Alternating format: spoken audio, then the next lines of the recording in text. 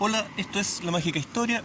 Estamos aquí en la Universidad de Concepción porque la verdad es que quería hacer un video mostrando el mural de la Pinacoteca. Ahí está la Pinacoteca, que es como un ícono aquí en Concepción. Pero obviamente está cerrada la Pinacoteca, pues, soy harto pavo. Así que vamos a dejar ese video como para cuando se normalice un poco el asunto.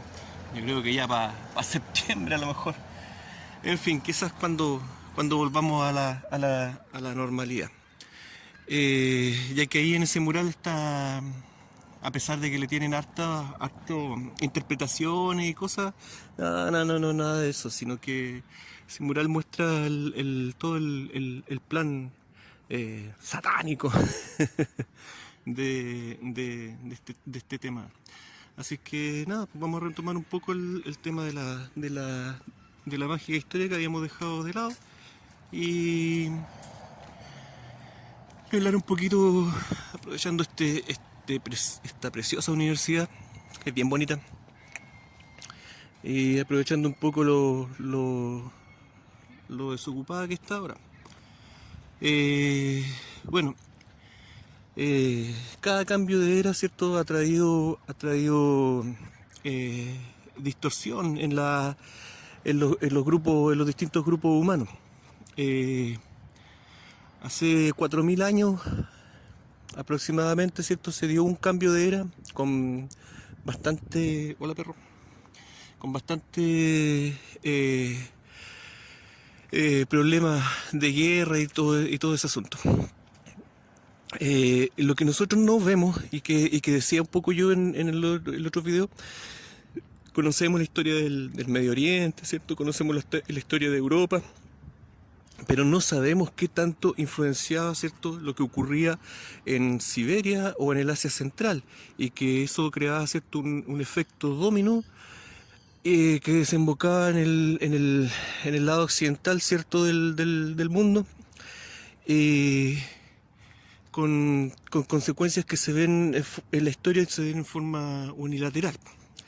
Decíamos, por ejemplo, no sé, por poner un ejemplo, se habla de los hunos, ¿cierto? Pero o de la invasión bárbara, ¿cierto? La invasión gótica al Imperio Romano, pero no se habla de cuál es el origen de ese traslado de gente. Pues toda esa gente se trasladaba, se veía la necesidad, ¿cierto?, de entrar en una guerra con Occidente porque ellos mismos venían arrastrados por otros acontecimientos que no están graficados en la historia.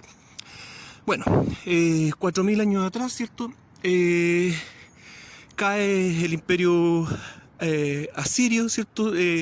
Se levanta el imperio babilonio. El imperio asirio cae no solamente por una guerra, sino que una consecuencia de guerra en donde están involucrados también ciertos tribus de Arabia. Y bueno, todo esto correspondiente, ¿cierto?, también con el cambio de era, el tema del ascenso de Babilonia lo conversamos en un video, ¿cierto?, con el mito de Semíramis. Pero, como les digo, 200 años después ingresa un pueblo indoeuropeo, ¿cierto?, hasta Mesopotamia. ¿Quiénes eran estos tipos? Los hititas. Llegan los hititas, ¿cierto? Se encuentran en Mesopotamia con todas estas guerras que se están dando, ¿cierto?, por la caída del imperio asirio, y continúan, ¿cierto?, hacia el oeste, hasta llegar a la región de Anatolia, ¿cierto? Anatolia, que es la actual Turquía. A todo esto, Anatolia quiere decir el país, ¿cierto?, de los cachetes colorados, de los rostros colorados. Eso nos indica, ¿cierto?, no se lee la losa. Eso nos indica, ¿cierto?, la procedencia también étnica de la gente que vivía en Turquía, en Anatolia. Bueno, se instala esta gente, los hititas, en Anatolia. Y estamos hablando del 1800 antes de Cristo. Luego, 200 años después, llega otra invasión de otro pueblo indoeuropeo, también proveniente también seguramente del Cáucaso o del Asia Central, o incluso tal vez desde Siberia, o arrastrados de la misma manera como les digo antes. Estos eran los Ixos. Los Ixos, si ustedes buscan documentales acerca de los Ixos hoy en día, ¿cierto? Tratan, ¿cierto?, de asociarlos como un pueblo semita. ¿Ah? Pero eso no puede ser, no puede ser. ¿Por qué? Porque para eso tenemos también, ¿cierto?, las crónicas hititas, que afortunadamente las tablillas hititas pudieron ser traducidas, ¿cierto? Y eso nos habla de que ellos sufrieron también con la invasión de los Hicsos que venían del este. Por lo tanto, los Hicsos no eran un pueblo semita originario de Mesopotamia, venían desde el Asia Central, que debían haber sido un pueblo indoeuropeo. Además, estos gallos, los Hicsos, conquistaron parte de Egipto. No todo Egipto, pero conquistaron parte de Egipto. Trajeron consigo nuevos armamentos, nuevas formas, nuevos metales, ¿cierto?, para forjar armas. Introdujeron también el uso del carro de guerra en Egipto, ¿cierto? Lo hablamos en otro video, parece. También de esta época hay unos extraños, en Egipto hay unos extraños como fortines, como medievales. Pero sin embargo son de esta época, estamos hablando ya del 1600 antes de Cristo. O sea, mientras más atrás en el tiempo, más cercano a estructuras medievales. Y bueno, lo otro que anula la teoría de que estos pueblos sean de origen semita es el hecho de que en algunos grabados, ¿cierto?, en Egipto, se dibuja a estos tipos con vestimenta egipcia, con tocado egipcio, pero los tipos son blancos, barbones y con tatuajes. Eran indoeuropeos, pues no eran de origen semita. En fin, otra horda, ¿cierto?, originaria del Asia Central.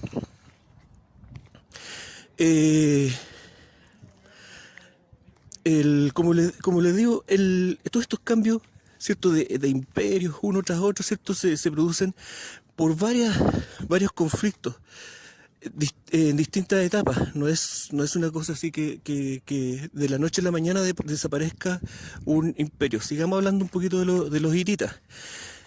Los hititas se encontraron tablillas, ¿cierto?, de este pueblo, y esas tablillas fueron traducidas hace un poco más de 100 años, recientemente, entre comillas. La traducción de estas tablillas demoraron, ¿cierto?, un tiempo, pero fue no tan complicado, fue relativamente fácil, entre comillas, porque aquí igual hay un trabajo tremendo. Pero, ¿por qué? ¿Por qué se facilitó la traducción de las tablillas hititas? Porque estas tablillas eran una recopilación de los idiomas y las escrituras que habían en Mesopotamia en ese tiempo, y tenían mucho del idioma acadio. Entonces los intérpretes, digamos, los que hicieron las traducciones, conocían bien este idioma, así que gracias a eso se pudo traducir estas tablillas. Pero hay un detalle que no se cuenta, y es que también en el idioma hitita, ¿cierto?, en estas tablillas también se encontraron palabras de origen germano. Es muy parecido al alemán, y con un significado de esas palabras también muy similar. En fin, decíamos, ¿cierto?, de que los hititas eran conocidos como el pueblo de los 1000 dioses, porque ellos, en cuanto al tema de religión, traían su religión, ¿cierto?, de tipo indoeuropea, pero a medida que fueron conquistando los pueblos de Anatolia, los pueblos de Turquía, fueron asimilando las religiones que habían en esta región. Por eso fueron conocidos como el pueblo de los 1000 dioses. Pero estos gallos fueron los primeros que se dieron cuenta también de que todas estas mitologías que habían en Anatolia, en Fenicia, en Canaán, todas estas mitologías correspondían prácticamente a un mismo mito. ¿Y qué hicieron estos gallos? Para poder ordenar ¿cierto?, el tema religioso, dividieron, ¿cierto?, los distintos dioses, los agruparon por docenas, porque se dieron cuenta de que el panteón de muchos pueblos sus dioses principales eran 12 monos. 12 monos que mandaban, ¿cierto?, a los distintos pueblos, y se dieron cuenta de que correspondían a un mismo asunto, ¿cierto? 9 dioses vasallos, digamos, entre comillas, ¿cierto? ¿Vasallos de qué? Vasallos de una trinidad, papá, mamá, hijo, ¿cierto? Una trinidad y nueve dioses vasallos, que por ejemplo en Egipto a esos 9 dioses se les llamaba la niada. Y en la cultura popular también está presente muchas veces el grupo de 9. Pensemos, qué sé yo, en el Señor de los Anillos, ¿cierto? La comunidad del anillo, 9 pericos, ¿cierto? Haciéndose responsables del anillo de poder. Bueno, los hititas se dieron cuenta de este asunto, así que le hicieron corta y agruparon todas estas entidades en grupos de 12. Les daba lo mismo el nombre. Dejaban que los pueblos mantuvieran los nombres de sus dioses, pero ellos estaban conscientes de que eran 12. Qué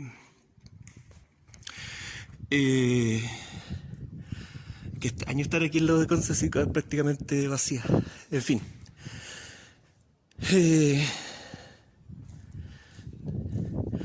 Posteriormente, ¿cierto?, los hititas fueron invadidos también. ¿Por qué fueron invadidos?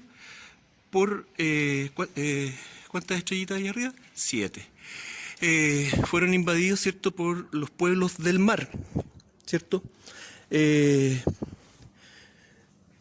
ocurrió, ¿cierto?, cercano al año 1000 antes de Cristo. Más o menos, no voy a ser exacto en este tema. ¿Quiénes son los pueblos del mar? Bueno, si ustedes documentales donde hablan de estos gallos, siempre dicen de que son un pueblo misterioso, que nadie los conoce, que no se conoce su origen. Mentira, porque en Egipto están, ¿cierto? Hay grabado en donde el faraón, ¿cierto?, mandó a especificar, ¿cierto?, las tribus que pertenecían o que daban forma a esta coalición de tribus que los llamaron, ¿cierto?, los pueblos del mar. ¿Y quiénes eran? Era una suerte de cofradía de pueblos indoeuropeos provenientes del Asia Central, coludidos, ¿cierto?, con pueblos semitas y palestinos o filisteos, como se les decía en ese tiempo, ¿cierto? Entonces esta coalición fue la que invadió, ¿cierto?, desde el este hacia el sur de una forma muy agresiva, y terminaron, ¿cierto?, con el imperio hitita. Ahora, el imperio hitita nuevamente no cayó solamente por esta invasión. También está el tema esto coincidió también con el tema de la guerra de Troya, y también con la invasión, ¿cierto?, de los pueblos semitas hebreos, ¿cierto?, que habían salido de Egipto y venían con todo el poder de sus armas que les entregaba Yahvé. Entonces, los hititas realmente ante estas 3 cabezas, ¿cierto?, ante estas 3 invasiones no tuvieron nada que hacer y desaparecieron en corto tiempo. Luego, un par de cientos de años después, hubo como un resurgimiento de la cultura hitita, ¿cierto? Y a eso se le llama periodo como neo-hitita. Pero es más que tener el poder, los tipos eran una influencia cultural. Bueno, ¿qué tanto influenciaron estos gallos a nuestra cultura? Bueno, harto.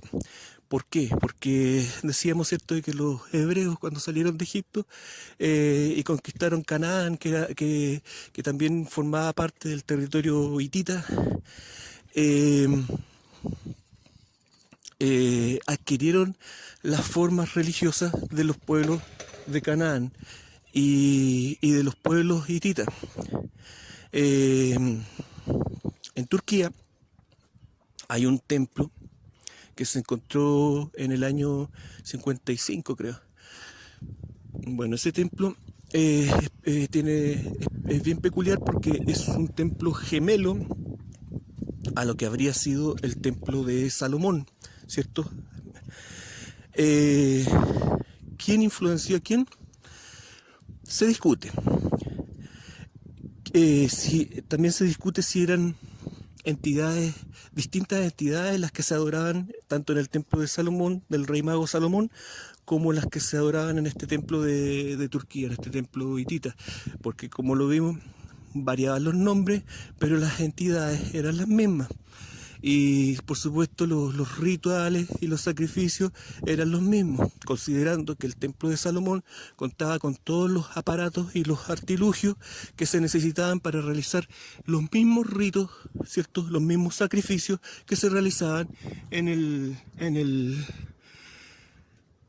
templo, en este templo de Turquía. ¿Qué más hay en este templo de Turquía? Al cual se podía acceder, ¿cierto? Dando una idea de lo que habría sido el templo de Salomón. Y cosas que, claro, el templo de Salomón ya no está en pie, ¿cierto? Ya no existe vestigio de él. Así que ese templo nos daba una idea de cómo era el templo de Salomón. ¿Qué más había? Bueno, este templo de Turquía es famoso porque tenía en su entrada dos huellas de gigantes marcadas en la piedra, así como las huellas que se dejan en Hollywood cuando la gente pone las manos en las losas, una cosa así, que da la marca de las patitas y del ser de la entidad que llegaba a ese lugar, al que se le rendía culto, no solamente culto, sino que llegaba al templo. Bueno, y en la entrada están estas dos pies, ¿cierto? Como de 1 metro de largo las patitas. Y después más adentro, como 9 metros más adentro del templo, hay otra huella, como que el gigante hubiera dado una pisada. Y más adentro, ¿cierto? Nuevamente 2 huellas más.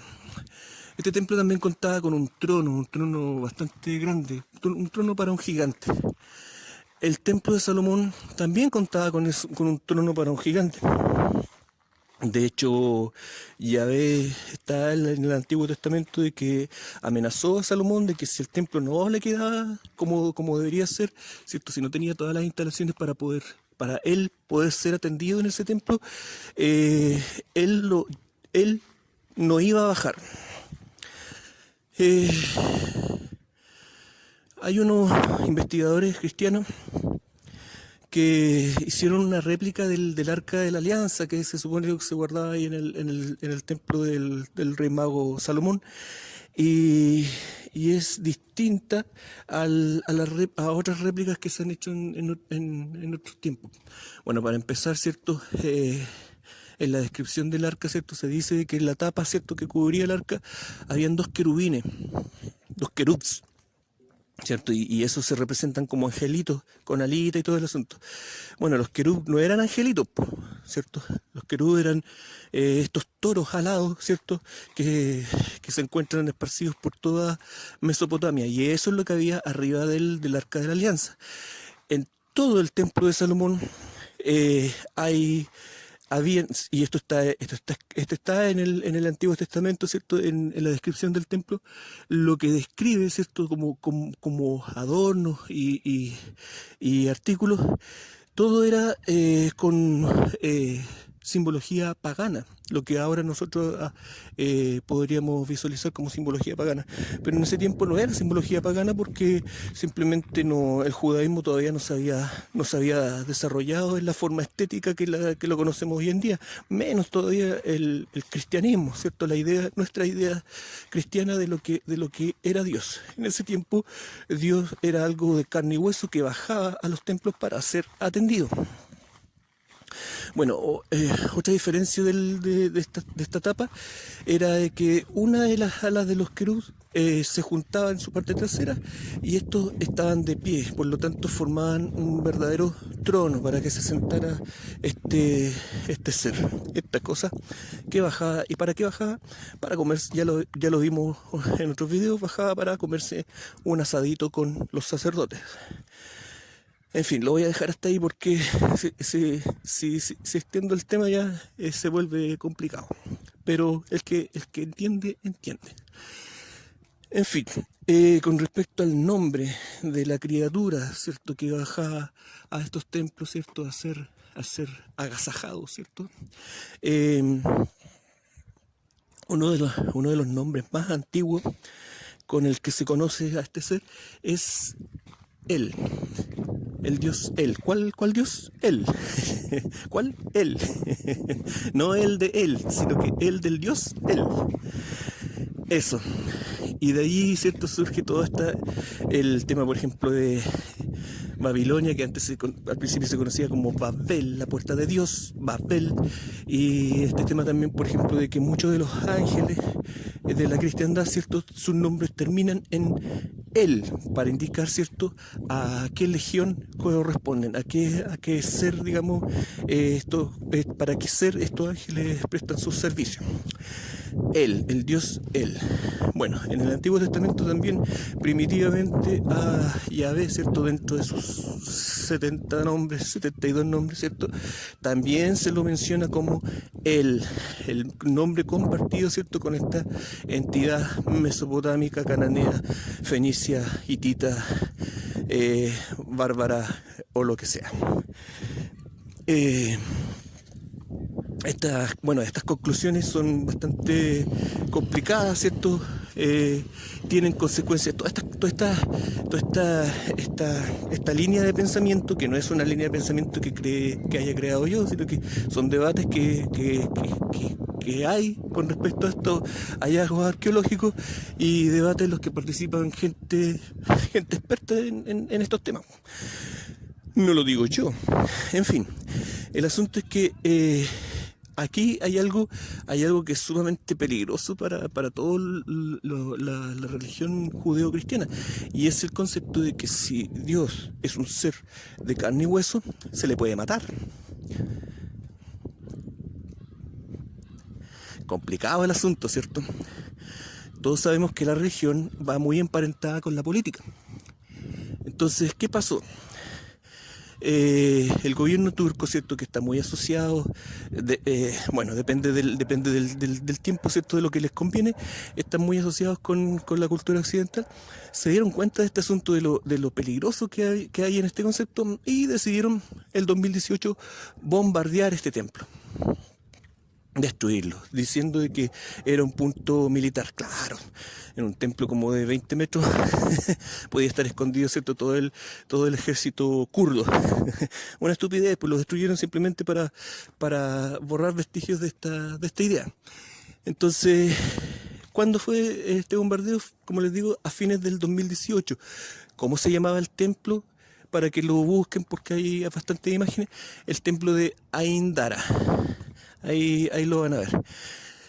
Bueno, hay esas asociaciones, ¿cierto?, con respecto a la antigua mitología pagana mesopotámica, ¿cierto?, que en realidad no está tan distante de nuestra religión judeo-cristiana. En este templo, además de Ain-Dara, ¿cierto?, la entidad a la que se le rendía culto era un matrimonio, era el dios y la diosa. Pero en el templo de Salomón esto no era distinto, porque en el templo de Salomón y en el tiempo de Salomón Yahvé tenía esposa, ¿cierto? Para esto no es algo oculto, mucha gente lo sabe, ¿cierto? Si usted busque material al respecto y se va a encontrar de que Yahvé, ¿cierto?, primitivamente en un comienzo de la religión judía, Dios tenía esposa. Y por lo tanto no hay ninguna diferencia entre el culto, ¿cierto?, de este templo de Turquía con el culto judío. Entonces el templo de Salomón habría sido como una sucursal de este otro templo turco. Bueno, decíamos en otros videos, y era algo que yo quería mostrar con el tema aquí de la pinacoteca, pero lo vamos a tener que dejar para otro día. Retomar, ¿cierto?, un poco la idea de este ser que hace 13.000 años atrás, involucrado en el cataclismo que casi destruyó a la humanidad, ¿cierto?, fue ejecutado, ¿cierto?, y su cuerpo desmembrado, ¿cierto? En la mitología egipcia se dice que Osiris fue desmembrado en 14 partes, pero este cuento está en distintas mitologías y su alma también fue fragmentada en siete siete trozos, siete pedazos, ¿cierto? Que coincide, lo decíamos en otros videos, con los siete chakras de la línea esta del alma de las personas, ¿cierto? El 7 siempre reflejando esta cosa mágica, ¿cierto? Estas siete fuentes de energía en nuestra alma que nos protegen, ¿cierto? Las siete joyas de Ishtar que su hermana, ¿cierto? Le quitó para poder ejecutarla, ¿cierto? Si nos despojan de estos siete chakras o debilitan nuestros siete chakras, nos enfermamos del alma y nos enfermamos también físicamente, ojo con eso. Bueno, hay un montón de cuentos y mitologías que hablan de estos siete, porque en la mitología estas siete chakras, estas siete partes de una misma alma, con el tiempo se empezó a tomar como que eran siete entidades distintas, o sea, siete sabios que viven en el inframundo, ¿cierto? Y que son los que les susurran a algunos hombres lo que deben hacer, ¿cierto? El plan ¿para qué? Para poder traer a la vida a este ser, ¿cierto? Desmembrado, ¿cierto? En cuerpo y alma. Decíamos, ¿cierto? En otro video de que cada cambio de era se realiza un ritual para poder unir estas siete almas, ¿cierto? Porque explicábamos de que un alma se fragmenta por motivos de traumas, ¿cierto?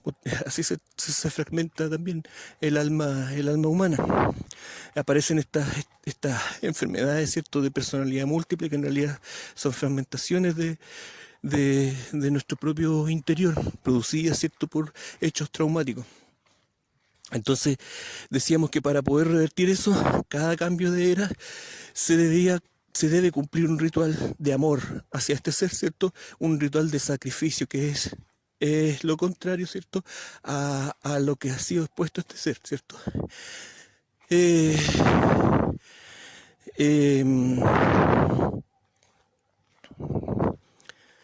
Bueno, todo este plan, ¿cierto?, que viene de hace ya 13.000 años atrás, estos ángeles caídos influenciando, ¿cierto?, a hombres y mujeres, a reyes magos, a sacerdotes, ¿cierto?, y posteriormente a sociedades secretas que de alguna u otra manera cumplen con un plan que estas personas no entienden en su totalidad, pero que lo van cumpliendo, poco a poco lo van cumpliendo.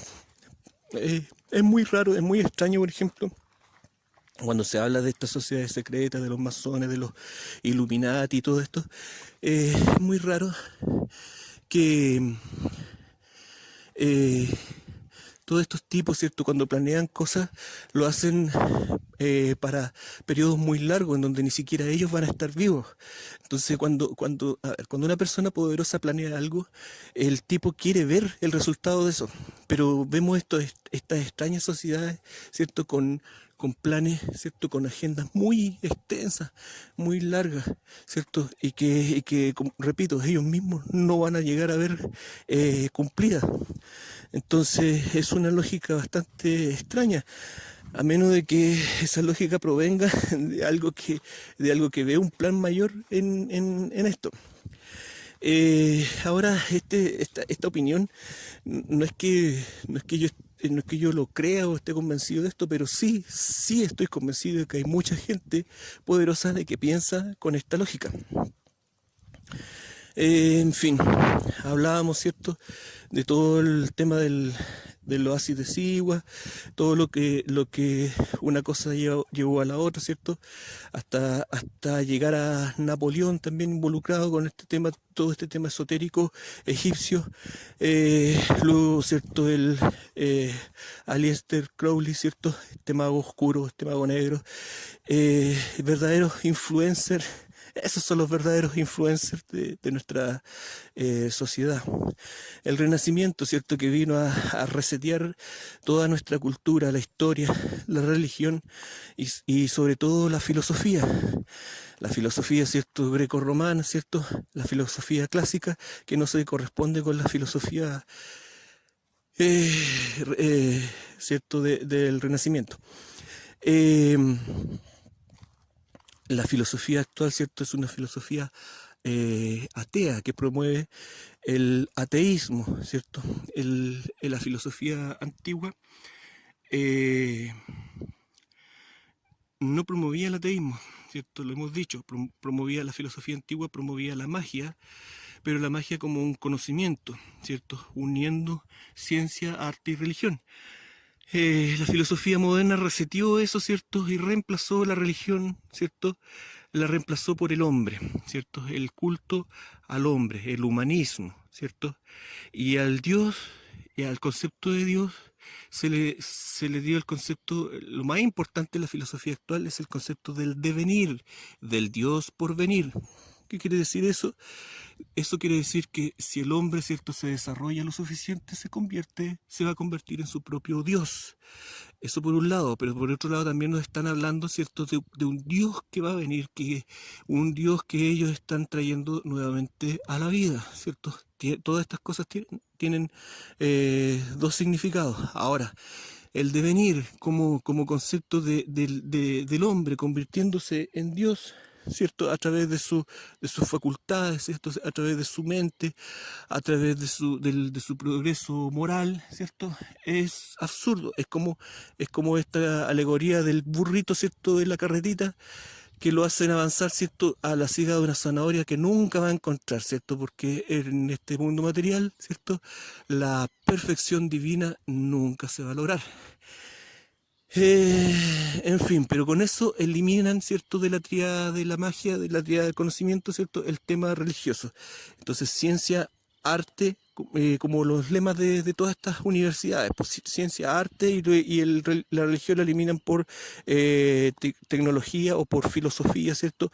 Y ya no se habla de esta tríada, también se habla en la filosofía de los 4 pilares del saber, ¿cierto? Donde uno de los pilares también se transforma, por ejemplo, en la justicia, ¿cierto?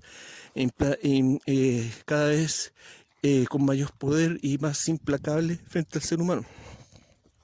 En fin, es un poquito del desarrollo, ¿cierto?, de la filosofía. Ahora, la filosofía clásica tampoco estaba libre de estos planes, pero eran planes que era una manera de ver la filosofía que funcionaba para los planes de ese tiempo. No que quedó obviamente obsoleto a medida que va la civilización se va desarrollando, ¿cierto?, a la mano de estos consejos, de estos 12 monos, ¿cierto?, que nos controlan. Se me van, ¿cierto?, las ideas, los conceptos. Bueno, estamos viviendo un periodo medio convulsionado y esto va a ir creciendo. Esto ya no va a volver hacia atrás, ya no vamos a tener, lamentablemente no vamos a tener la sociedad que las personas de sobre 40 años recordamos cuando éramos niños. Eso ya no va a volver atrás, lamentablemente. Ahora el tema de la fecha, ¿cierto?, del 2020, eso ya está dentro de los planes, estaba tan concientizado de que esta fecha iba a ser importante, de que en el Talmud hace ya 1500 años que se hablaba del 2020 como el año, ¿cierto?, en donde iba a venir el debacle económico, donde ya nadie iba a poder comprar ni vender o hacer negocios de forma libre. Con eso están hablando, ¿cierto?, de la gente común, la gente, lo que nosotros entendemos hoy en día como pequeña y mediana empresa. Claro, todo este asunto, todo este pánico que está hoy en día prácticamente a nivel mundial, ¿qué es lo que está generando? Está generando un corte de cabeza, se está, ¿cierto?, cosechando, ¿cierto?, a los más pequeños, ¿cierto?, a la gente que vive el día a día, a la gente que trabaja en forma independiente, que eso es lo que no desean estas personas. Estas personas desean controlarlo todo, como ahora, ver las universidades vacías, todo eso. Y todo lo que sea que una persona pueda sobrevivir por su cuenta es malo para ellos. Entonces van a caer con este asunto, van a caer que las personas que no pueden recuperarse de esto, las personas que necesitan trabajar todos los días, que necesitan abrir sus negocios, no van a poder recuperarse de esto. Esto va a pasar, ¿cierto? Todo este asunto toda esta psicosis va a pasar, va a llegar la primavera, nos vamos a olvidar de este tema, pero las consecuencias van a quedar. Y como decía en el Talmud, el año 2020, ¿cierto? Va a ser el año donde finalmente vamos a perder nuestra capacidad para poder emprender negocios por nuestra cuenta. En fin, se me escapan hartas ideas. Estaba hablando, ¿cierto?, de estos 12 dioses, ¿cierto?, estos 12 monos, porque anoche me estuve acordando un poco de esta película de los 12 monos. Una película, ¿cierto?, apocalíptica, donde trabaja Bruce Willis, que él vive en el futuro, ¿cierto?, y ha ocurrido una pandemia y la mayoría de la población murió y están viviendo ahora bajo tierra y lo envían a él al pasado para ver si pueden encontrar alguna cura para esta pandemia. Y que todo el asunto se iniciaba por el club o un grupo pseudo terrorista, los 12 monos, y que finalmente él encuentra de que los 12 monos son solamente un grupo anarquista, animalista, que desea liberar animales del zoológico para entorpecer el tráfico. Bueno, esa película está llena de alegoría y simbolismo de lo que está ocurriendo ahora con el tema económico, en fin, hartas cosas. Pero yo creo que lo más importante de la simbología de esa película, que dicho sea de paso, anuncian que el virus habría comenzado, ¿cierto?, entre el 13 de noviembre y el 27 de diciembre, coincidiendo, ¿cierto?, con las fechas de la enfermedad que surgió ahora. Bueno, creo que lo más importante de esa película es ver el tema de que los 12 monos, ¿cierto?, los planes de los 12 monos, ¿cierto?, nos entregan, igual que los magos que nos distraen, ¿cierto?, entregan esta cortina de humo que es nada, y mientras tanto hay un plan mucho más serio que está detrás, que pasa piola y se sigue desarrollando, mientras la gente se preocupa de cosas mucho menos graves, que son realmente verdaderas cortinas, puro humo nomás, puro humo. Todos estos movimientos sociales que no llegan a ninguna parte, puro humo para distraernos, ¿cierto?, para drenar nuestra fuerza, nuestra capacidad de responder ante realmente lo más grave, que es la pérdida de la libertad y el control de los poderosos hacia las masas. En fin, en esa película también se muestra, ¿cierto?, Brad Pitt, que es como el líder de los 12 monos y que es un compadre que está obviamente medio psicótico, así medio esquizofrénico, y que financia, ¿cierto?, este movimiento de los 12 monos, lo financia con dinero del papá, que el papá es un multimillonario, ¿cierto?, y que está metido en un tema trabajando ahí con laboratorios, qué sé yo. Y bueno, ¿y quiénes financian a todos estos movimientos feministas, animalistas, ¿cierto? El feminismo creando una guerra, ¿cierto? Una guerra psicológica, una guerra inventada en la cabecita de algunas mujeres. El animalismo, ¿cierto?, reduciendo al hombre, tratando de reducir al hombre a un nivel inferior al de los animales, ¿cierto? Converse usted con un animalista y el tipo está convencido de que nosotros somos una plaga en el mundo y que los animales son los que tienen el derecho a vivir en este planeta y nosotros no. Entonces, toda esta gente media esquizofrénica, ¿cierto?, financiados también por estos señores, por estos magnates, ¿cierto? Bill Gates, ¿cierto?, anunciaba el tema de la enfermedad, ¿cierto? Se ríen, se mofan, ¿cierto?, anunciando de que con una gripe van a controlar al mundo. Y eso que parece parece algo totalmente, una broma, un mal chiste, vemos ahora que es prácticamente una realidad. En fin, cierto, en el cine, cierto, en el arte, en la cultura popular siempre hay señales. El tema es estar tranquilo, porque perder el control simplemente empeora las situaciones. Ya me comentaron, ¿cierto?, una amiga de mi mamá, ¿cierto?, que tiene su hermano vive en San Pedro, ¿cierto? Y bueno, este caballero tiene un problema de salud grave y depende él de las visitas de su hermana. Y ahora resulta que San Pedro está cerrado y la pobre señora ahí está desesperada porque este caballero realmente necesita atención, ¿cierto? Necesita asistencia. Y bueno, y gracias a estas medidas populistas, gente como él no va a poder ser atendido. Ya es una realidad, esto va a seguir empeorando, para el invierno va a ser peor todavía.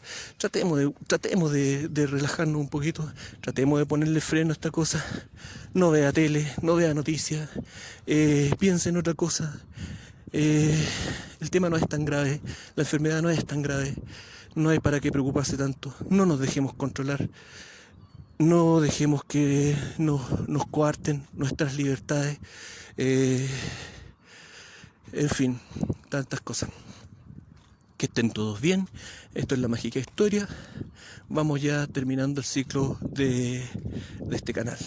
Si desean tomar algún tema, háganmelo saber. Y si es que puedo, lo voy a desarrollar. Chao, que estén todos bien. Arriba el ánimo. No se me bajonen. Chao.